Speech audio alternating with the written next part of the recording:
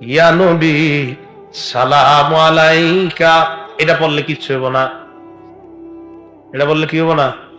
তার কত জিলাপি সিন্নি খাওয়াবেন, এরকম হুজুর দাওয়াত দিয়া বাপের নামে বিলাপ করান, কিচ্ছু হবো না। এটা বললে কিচ্ছু হবো না, আপনার আব্বার কবরে উল্টা মায়ের মায়ের মুর আরো বাড়ে কিনা আমি টেনশনে আছি। হ্যাঁ? এইগুলা কই পান আপনারা?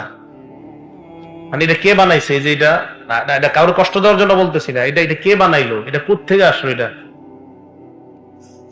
আমি তো জানি না কোত্থেকে আসলো। তো যেহেতু আমরা জানি না, এটা মানাই দরকার নেই।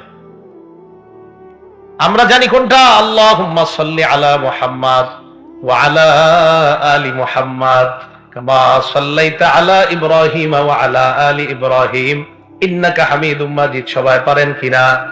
এটা কে কারে শিখাইছে একটু বলি, এরপরে গুরুত্ব দিবেন। দুনিয়া আখেরাতের শ্রেষ্ঠ মানুষ, দুনিয়া আখেরাতের শ্রেষ্ঠ মানুষ, দুনিয়ার শ্রেষ্ঠ উম্মত, দুনিয়া আখেরাতের শ্রেষ্ঠ মানুষ আমাদের নবী, দুনিয়া আখেরাতের শ্রেষ্ঠ উম্মত আবু বকর সিদ্দিক। এই শ্রেষ্ঠ মানুষ শ্রেষ্ঠ উম্মতকে এই দুরূদ শরীফ শিখাইয়া দিছে। শ্রেষ্ঠ মানুষ শ্রেষ্ঠ উম্মতকে যেই দুরূদ শিখাইলেন, ওটা পড়বো নাকি আমাদের বানানোটা পড়বো? ভাই কথা বুঝে আসছে তো? তো ওইটা আমরা না পড়া পড়ি কোনটা? বানানোটা। বানানোটা পড়বো, সওয়াব হবে না। ওইটা বললে সওয়াব হবে। আল্লাহ কবুল করুন।